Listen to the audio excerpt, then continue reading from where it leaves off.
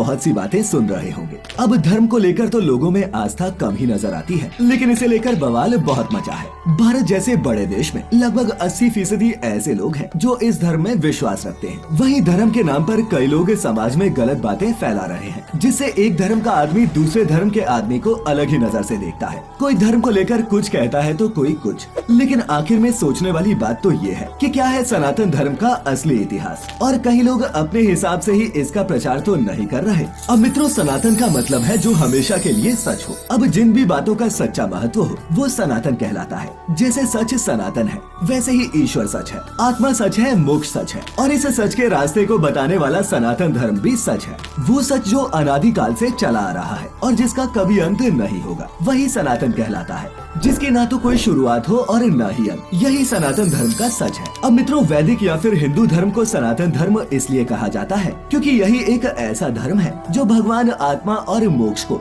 तत्व और ध्यान से जानने का रास्ता बताता है। कहते हैं कि मोक्ष का कॉन्सेप्ट इसी धर्म की देन है। एक निष्ठता, ध्यान, मौन और तप के साथ साथ नियम के साथ अभ्यास और जागरण ही मोक्ष का रास्ता है। इसके अलावा मोक्ष पाने का कोई और रास्ता नहीं। व्यक्ति को मोक्ष से आत्मज्ञान और भगवान का ज्ञान होता है। सनातन धर्म के मूल तत्व सत्य, अहिंसा, दया, क्षमा, दान, जप, तप, यम, नियम आदि है, जो हमेशा के लिए रहेंगे। और बाकी के प्रमुख धर्मों के उदय होने से पहले ही वेदों में इन सिद्धांतों को तय कर दिया गया था। अब जो लोग ब्रह्म या फिर परमेश्वर को नहीं मानते, वो एक झूठी दुनिया में जीते हैं। असत्य से व्यक्ति मृत्यु काल में कभी न खत्म होने वाले अंधकार में पड़ता है। उनके जीवन की गाथा ब्रह्म और भटकाव की गाथा सिद्ध होती है और उन्हें कभी भी अमृतत्व नहीं मिलता। मृत्यु आए इससे पहले ही हिंदू धर्म के सच्चाई के रास्ते पर आ जाने में भलाई है, वरना कई योनियों में भटकने के बाद भी अंधकार में रहना पड़ता है। अहम ब्रह्मास्मि और तत्वमसि, यानी कि मैं ही ब्रह्म हूँ और तुम ही ब्रह्म हो। मित्रों, आपने कभी न कभी ये भी सुना होगा कि ये पूरी दुनिया जगत ब्रह्म है। ब्रह्म खुद में पूरा है, वैसे ही दुनिया भी खुद में पूरी है और इस पूर्ण सृष्टि की उत्पत्ति पूर्ण ब्रह्म से ही हुई है। अब जो भी तत्व हमेशा सर्वदा निरंजन, निर्विकार और हमेशा स्वरूप में स्थित रहता है, उसे सनातन कहते हैं। वेदों का ब्रह्म और गीता का स्थित प्रज्ञ ही रहने वाला सच है। जड़, प्राण, मन, आत्मा और ब्रह्म ये हमेशा सच की ही पंक्ति में आते हैं। इसके अलावा सृष्टि व भगवान अनादि, अनंत, सनातन और सर्वविभू है। आकाश, वायु, जल, अग्नि और पृथ्वी ये सभी अपना रूप बदलते रहते हैं, लेकिन कभी खत्म नहीं होते। उसी तरह प्राण या फिर आत्मा की भी अपनी अवस्थाएं हैं, जो है जागृत, सपना, सुसुप्ति और तुर्या। ज्ञानी लोग ब्रह्म को निर्गुण और सगुण कहते हैं और ये सारे भेद भी तब तक ही रहते हैं जब तक आत्मा मोक्ष प्राप्ति न कर ले। और मित्रों, यही सनातन धर्म का सच है। कहते हैं कि आत्मा का मोक्ष परायण हो जाना, ब्रह्म में लीन हो जाना है, इसीलिए ब्रह्म सच है और दुनिया तो बस एक मिथ्या है। यही हिंदू धर्म के हिसाब से सच है और इस हमेशा रहने वाले सच को जानने या फिर मानने वाला ही सच्चा सनातनी कहलाता है। हिंदुत्व क्या है? इतिहास में सबसे पहले ईरानी देश के पारसियों की धर्म पुस्तक अवेस्ता में हिंदू या फिर आर्य शब्द का जिक्र मिलता है। वहीं दूसरी तरफ बाकी इतिहासकारों का मानना है कि चीनी यात्री हेनसोंग के समय इस शब्द की उत्पत्ति इंदु से हुई थी। अब आपको बता दें कि इंदु शब्द चंद्रमा का पर्यायवाची है। भारतीय ज्योतिष गणना का आधार चंद्रमास है, इसीलिए चीन के लोग भारतीयों को इंदु या फिर हिंदू कहने लगे। वहीं कुछ विद्वानों का ये भी मानना है कि हिमालय से ही हिंदू शब्द की उत्पत्ति हुई है। क्या है आर्यत्व? वही मित्रों, आर्य समाज के लोग इसे आर्य धर्म कहते हैं, जबकि आर्य किसी जाति या धर्म का न होकर उच्च ही माना जाता है, यानी कि जो मन, वचन और कर्म से बड़ा हो वही आर्य है। बौद्ध धर्म में भी 4 आर्य सत्यों का मतलब 4 उच्च सच ही होता है। इस तरह आर्य धर्म का मतलब उच्च समाज का धर्म है। साथ ही आपको बता दें कि प्राचीन भारत को आर्यव्रत भी कहा जाता था, जिसका मतलब था उच्च लोगों की निवास भूमि। साइंस भी सनातन सच को पकड़ने में अब तक कामयाब नहीं हो पाई है, लेकिन वेदांत में उल्लेखित जिस सनातन सच की महिमा का वर्णन किया गया है, विज्ञान भी अब धीरे धीरे उससे सहमत होता नजर आ रहा है। हमारे ऋषि मुनियों ने ध्यान और मोक्ष की गहरी अवस्था में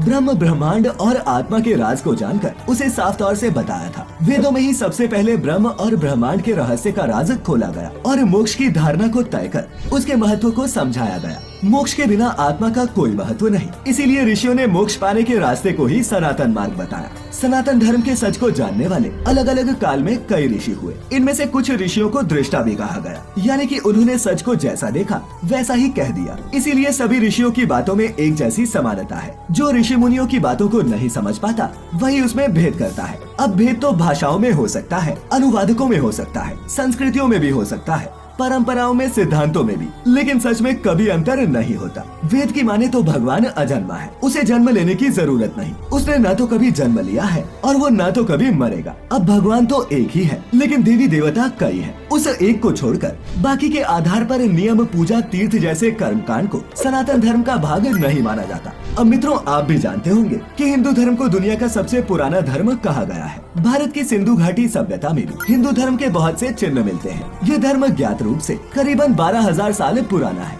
जबकि कुछ मान्यताओं के मुताबिक हिंदू धर्म 90,000 साल पुराना है। हिंदू धर्म ने अपनी जड़ें यूरोप से लेकर एशिया तक फैला रखी हैं, जिसके ऐतिहासिक सबूत हमें आज भी देखने को मिलते हैं। आइए मित्रों, अब हम दुनिया की कुछ ऐसी जगहों के बारे में जानते हैं जहां हिंदू धर्म कभी अपने चरम पर हुआ करता था। सिंधु सरस्वती घाटी की हड़प्पा एवं मोहनजोदारो सभ्यता हिमालय से निकलकर सिंधु नदी अरब के समुद्र में गिर जाती है। पुराने समय में इस नदी के आसपास फैली सभ्यता को ही सिंधु घाटी की सभ्यता कहा जाता है। इस नदी के किनारे दो जगहों हड़प्पा और मोहनजोदारो में की गई खुदाई में सबसे पुराने और पूरी तरह से विकसित नगर और सभ्यता का बचा हुआ हिस्सा मिला। इसके बाद चन्हुदड़ो, लोथल, रोपड़, आलमगीरपुर, बनावली, धौलावीरा, अलीमुराद, कच्छ, रंगपुर, मकरांतक, सुरकोटदा, गुमला आदि जगहों पर खुदाई करके पुराने समय के कई अवशेष इकट्ठे किए गए। अब इस पूरे इलाके को सिंधु प्रदेश की सभ्यता का ही हिस्सा माना जाता है। अब आपको बता दें कि हड़प्पा और मोहनजोदारो में कई देवियों की मूर्तियां मिली हैं। ये मूर्तियां मातृ देवी या फिर प्रकृति देवी की है। पुराने समय से ही मातृ या फिर प्रकृति की पूजा भारत के लोग करते आ रहे हैं और आज के समय में भी कर रहे हैं। यहाँ हुई खुदाई से पता चला कि हिंदू धर्म की पुरातन काल में स्थिति कैसी थी। 1921 में हड़प्पा की खुदाई में कुछ ऐसी चीजें मिली जिन्हें हिंदू धर्म से जोड़कर देखा जा सकता है। पुरोहित की एक मूर्ति,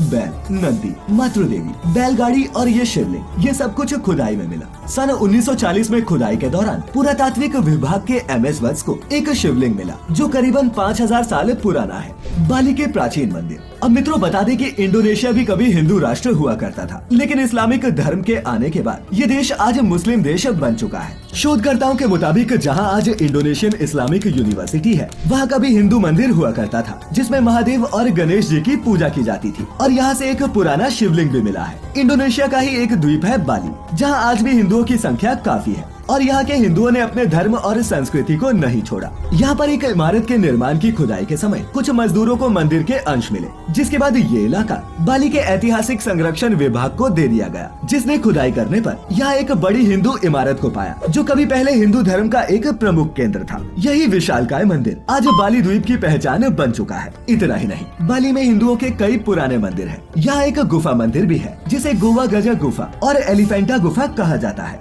19 अक्टूबर 1995 को इसे विश्व धरोहरों में शामिल कर लिया गया। ये गुफा महादेव को समर्पित है और यहाँ 3 शिवलिंग हैं। हर साल यहाँ लाखों पर्यटक देश विदेश से महादेव के दर्शन करने के लिए आते हैं। अब मित्रों, शंकर पुत्र सुकेश के 3 पुत्र थे, माली, सुमाली और माल्यवान। इन तीनों ही दैत्यों ने त्रिकूट सुमेरु पर्वत पर एक नगरी बसाई जिसका नाम था लंकापुरी। फिर माली को मारकर देवों और यक्षों ने मिलकर कुबेर को लंका का राजा बना दिया। अब रावण की माता कैकसी सुमाली की ही पुत्री थी और अपने नाना के कहने पर रावण ने अपनी सौतेली माता इलविल्ला के पुत्र कुबेर से युद्ध किया और लंका अपने नाम कर ली। इसके बाद रावण ने सुंभा और बाली द्वीप जीतकर अपना अधिकार क्षेत्र और बढ़ा लिया। अंग द्वीप, मलय द्वीप, वराह द्वीप, शंख द्वीप, कुश द्वीप, यव द्वीप और आंध्रालय पर भी जीत हासिल की। अब जब रावण ने लंका को अपने नाम कर लिया तो इसके बाद कुबेर को कैलाश पर्वत के आसपास के तिब्बत इलाके में रहने के लिए कह दिया गया। आज के युग के मुताबिक रावण का ये राज्य इंडोनेशिया, मलेशिया, बर्मा, दक्षिण भारत के कुछ राज्य और श्रीलंका तक फैला हुआ था।